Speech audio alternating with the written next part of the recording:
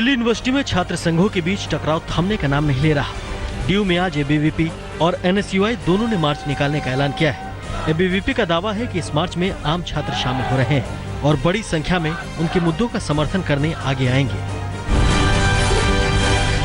एक दिन इस हेडक्वार्टर पर एबीवीपी ने प्रदर्शन किया। लेफ्ट से जुड़े छात्र संगठनों के खिलाफ एबीवीपी ने यह मोर्चा खोला है। अखिल भारतीय विद्यार्थी परिषद के छात्रों की मांग है कि दिल्ली यूनिवर्सिटी में देश विरोधी नारे लगाने वालों पर कार्रवाई की जाए। साथ ही 1 साल से जेएनयू में देश विरोधी नारेबाजी करने के मामले में पुलिस चार्जशीट दाखिल करे। रामजस हंगामे पर पहली बार आरएसएस की ओर से बयान सामने आया है। संघ के नेता भैयाजी जोशी ने कहा है कि हमें अभिव्यक्ति की आजादी जरूर है, लेकिन देश के खिलाफ बोलने की आजादी किसी को नहीं है। भैयाजी के मुताबिक कई कैंपस में लेफ्ट पार्टी के छात्रों को ऐसा करने के लिए उकसा रहे हैं। इधर गुरमेहर के समर्थन में अकाल तख्त और एसजीपीसी भी सामने आ गए हैं। जत्थेदार ज्ञानी गुरबचन सिंह ने कहा है कि पूरा सिख समुदाय गुरमेहर के साथ खड़ा है। शिरोमणि गुरुद्वारा प्रबंधक कमेटी के अध्यक्ष ने भी कहा है कि शहीद की बेटी के सम्मान की रक्षा होनी चाहिए। गुरमेहर को लेकर सियासी बयानबाजी भी जारी है। हरियाणा के स्वास्थ्य मंत्री अनिल विज ने गुरमेहर के बयान पर तल्ख टिप्पणी करते हुए गुरमेहर का साथ देने वालों को देश से बाहर फेंकने की बात कही है। रामजस कॉलेज विवाद में हुई हिंसा के खिलाफ आवाज उठाने वाली गुरमेहर का क्रिकेटर गौतम गंभीर ने समर्थन किया है। गंभीर ने ट्विटर पर एक वीडियो पोस्ट कर कहा है कि हर देशवासी की तरह गुरमेहर को भी अपनी बात कहने का हक है। अगर एक लड़की जिसने अपने पिता को खोया है शांति कायम होने की इच्छा को लेकर पोस्ट करती है तो उसे ऐसा करने का हक है। यूपी के छठे दौर के चुनाव के लिए आज रैलियों का मैराथन जारी रहेगा। आज अमित शाह गोरखपुर में रोड शो करने वाले हैं। वहीं कांग्रेस उम्मीदवार अजय राय के समर्थन में राहुल गांधी वाराणसी में रैली करेंगे। रैलियों के साथ ही बयानों का चुनावी मुकाबला भी तेज हो चला है। कल यूपी के महाराजगंज रैली में पीएम मोदी ने राहुल गांधी का मजाक उड़ाते हुए कहा कि पहले आलू की फैक्ट्री लगा रहे थे, अब नारियल का जूस निकालेंगे। वो उत्तर प्रदेश में कहते हैं कि आलू की फैक्ट्री लगेगी।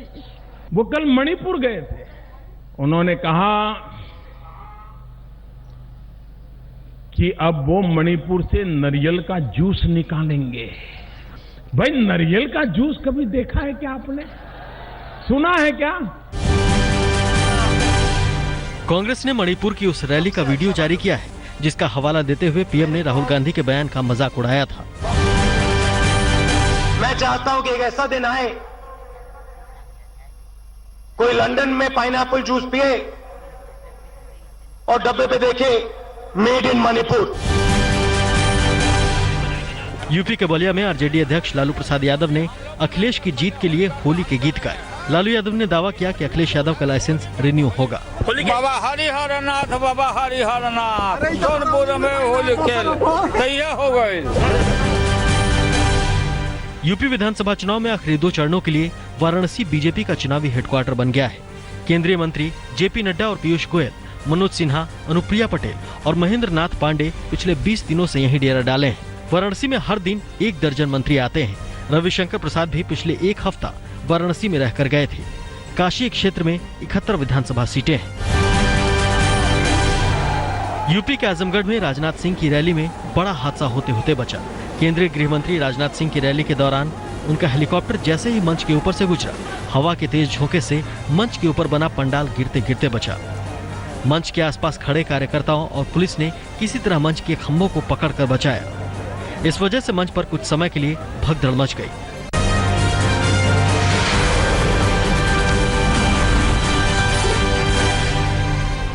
प्रधानमंत्री मोदी पर अपशब्दों की बौछार करने वाले नीतीश के मंत्री अब्दुल जलील के खिलाफ हाजीपुर के एक स्थानीय वकील ने देशद्रोह की शिकायत दर्ज कराई है। मामले की सुनवाई हाजीपुर कोर्ट में होनी है, जिसके बाद एफआईआर दर्ज करने का आदेश दिया जा सकता है।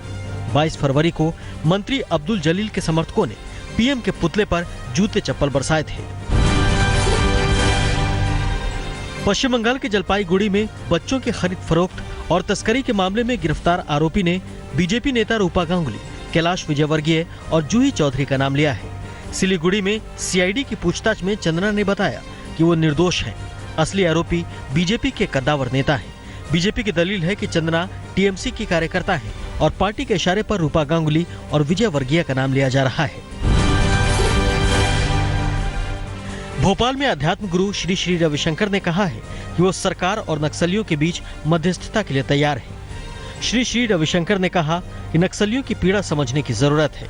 श्री श्री रविशंकर ने बजट सत्र के बाद विधानसभा में विधायकों को संबोधित किया और तनाव मुक्त जीवन के बारे में बताया। हरियाणा के जाट आरक्षण आंदोलन की गूंज आज जंतर मंतर पर सुनाई पड़ेगी। इस प्रदर्शन में हरियाणा, दिल्ली, उत्तर प्रदेश, उत्तराखंड, हिमाचल प्रदेश, राजस्थान और मध्य प्रदेश के जाट आंदोलनकारी भी हिस्सा लेंगे। जाट आंदोलनकारी संसद के घेराव के साथ राष्ट्रपति को भी ज्ञापन देने वाले हैं। आंदोलनकारियों ने सरकार से असहयोग के तहत बिजली पानी बिल के साथ साथ सरकारी कर्ज अदायगी से इनकार कर दिया है। योगेंद्र यादव की अगुवाई में गठित स्वराज इंडिया को अब राजनीतिक दल की मान्यता मिल गई है। पार्टी के प्रवक्ता के मुताबिक चुनाव आयोग से स्वराज इंडिया को रजिस्ट्रेशन सर्टिफिकेट मिल चुका है। आम आदमी पार्टी से अलग होने के बाद योगेंद्र यादव और प्रशांत भूषण ने इसका गठन किया था। स्वराज इंडिया ने अप्रैल में होने वाले दिल्ली के स्थानीय निकाय चुनाव के लिए अपने उम्मीदवारों का ऐलान कर दिया है।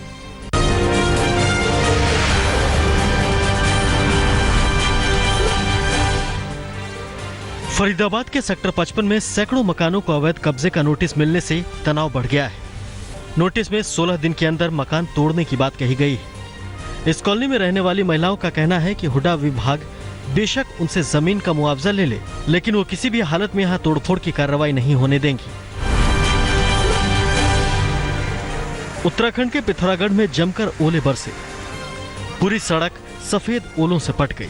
ओले बरसने से फसलों और फलदार पेड़ों को भारी नुकसान पहुंचा है। ओले गिरने के बाद तापमान में भारी गिरावट दर्ज की गई। दिल्ली को वायु प्रदूषण से बचाएगी रेलवे की रोरो सर्विस शुरू करने का प्रस्ताव है। ये पहल है दिल्ली में वायु प्रदूषण फैलाने वाले ट्रकों को दिल्ली के बॉर्डर से लेकर रेलगाड़ी पर लादकर दिल्ली पार कराने की है। रेलवे की इस सेवा को रोल ऑन रोल ऑफ यानी रोरो के तौर पर जाना जाता है।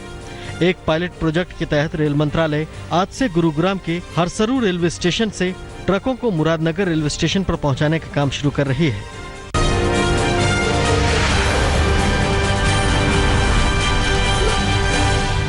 ठाणे में पुलिस की नाकेबंदी में बंद हुए 1500 वाले 2 करोड़ 25 लाख रुपए के नोट बरामद हुए। पुलिस ने इस मामले में 6 लोगों को गिरफ्तार किया है। पुराने नोटों को लेकर मिल रहे सुराग के आधार पर पुलिस ने पूरे इलाके में नाकेबंदी कर रखी थी।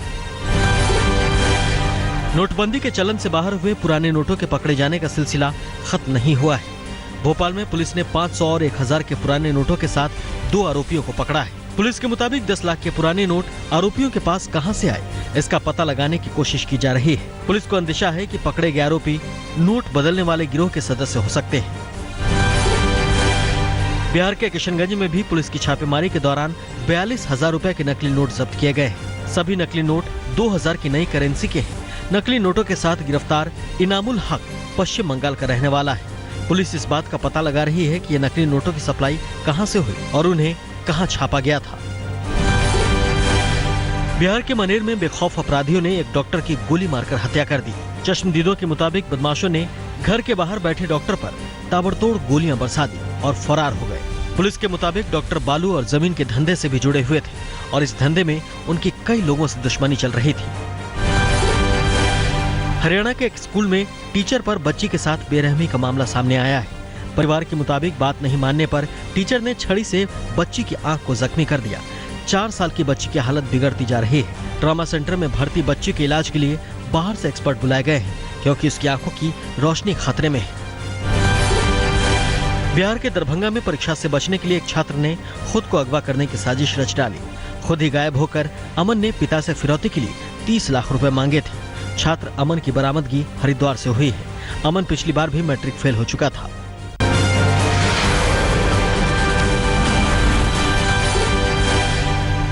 दिल्ली में मदद मांगने के नाम पर चोरी करने वाले गिरोह का पर्दाफाश हुआ है। ये गैंग आंध्र प्रदेश का रहने वाला है। ये लोग गूंगे बहरे का सर्टिफिकेट लेकर घूमते थे और जैसे ही लोग मदद के लिए पैसे लाने जाते थे, गैंग के लोग घर से लैपटॉप, मोबाइल और अन्य कीमती सामान लेकर फरार हो जाते थे। नकली नोटों के नटवरलाल की करतूत मध्य प्रदेश के आगर में सामने आई। एक शातिर बदमाश चालाकी से पेट्रोल पंप पर 500 का नकली नोट दे गया। पेट्रोल पंप पर भीड़ भाड़ के कारण कर्मचारियों ने पैसे जल्दबाजी में ले लिए। पैसे की गिनती के वक्त नकली नोट का खुलासा हुआ। मध्य प्रदेश के जबलपुर में आदिवासी कन्या छात्रावास की वार्डन पर लड़कियों से गुम हुए पैसे की वसूली के लिए डराने धमकाने का आरोप लगा है। वार्डन से 52,000 रुपए गुम हो गए थे। पैसे की वसूली के लिए लड़कियों के परिवार पर भी दबाव बनाया गया। 2 घंटे में पैसे लाने की धमकी के बाद कुछ लड़कियां खून बेचने अस्पताल पहुंच गईं, जहां एक एनजीओ की मदद से ये मामला सामने आया। गुजरात में एक बड़े शिक्षा संस्थान का डायरेक्टर लाखों की रिश्वत लेते रंगे हाथों पकड़ा गया है। अहमदाबाद में पुलिस ने सुमनदीप विद्यापीठ के डायरेक्टर को 20 लाख रुपए की घूस लेते गिरफ्तार किया है। आरोप है कि डायरेक्टर ने एक छात्रा को मेडिकल के फाइनल एग्जाम में पास कराने के नाम पर 20 लाख रुपए की रिश्वत मांगी। छात्रा के पिता ने एंटी करप्शन ब्यूरो में शिकायत की तो डायरेक्टर मनसुख शाह को गिरफ्तार किया गया। हिमाचल के सुंदरनगर में एक बस हादसे में 35 लोग घायल हो गए। ये लोग शादी समारोह में शामिल होकर लौट रहे थे। स्थानीय लोगों की मदद से घायलों को बस से बाहर निकाला गया। रात 8 बजे यह हादसा हुआ जब बस सड़क से नीचे गिर पड़ी। लोगों के मुताबिक सड़क के इस हिस्से में पहले भी हादसे होते रहे हैं, लेकिन प्रशासन की तरफ से बचाव के उपाय नहीं किए जा रहे।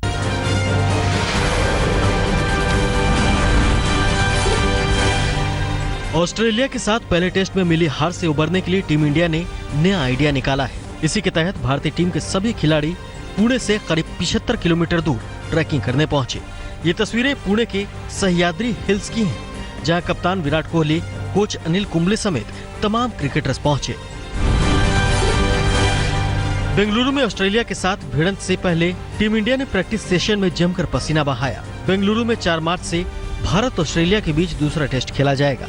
पूरे टेस्ट की हार के चलते 4 मैच की सीरीज में भारत 0-1 से पिछड़ गया है। सीरीज में वापसी के लिए टीम इंडिया पर बेंगलुरु टेस्ट में जीत हासिल करने का दबाव होगा। क्रिकेटर रोहित शर्मा 4 महीने बाद मैदान पर वापसी करेंगे। 4 और 6 मार्च को विजय हजारे ट्रॉफी में मुंबई की तरफ से वो खेलेंगे। रोहित शर्मा चोट के चलते नवंबर 2016 से खेल से दूर थे। अक्टूबर 2016 के बाद टीम इंडिया में रोहित शर्मा नहीं खेल पाए। टीम इंडिया के कप्तान विराट कोहली पाली उमरीकर पुरस्कार से सम्मानित होंगे। साल के सर्वश्रेष्ठ अंतर्राष्ट्रीय क्रिकेटर को ये सम्मान मिलता है। गौरतलब है कि 2011-12 और 2014-15 के बाद कोहली को तीसरी बार सम्मान से नवाजा जाएगा। 8 मार्च को बेंगलुरु में उन्हें सम्मानित किया जाएगा।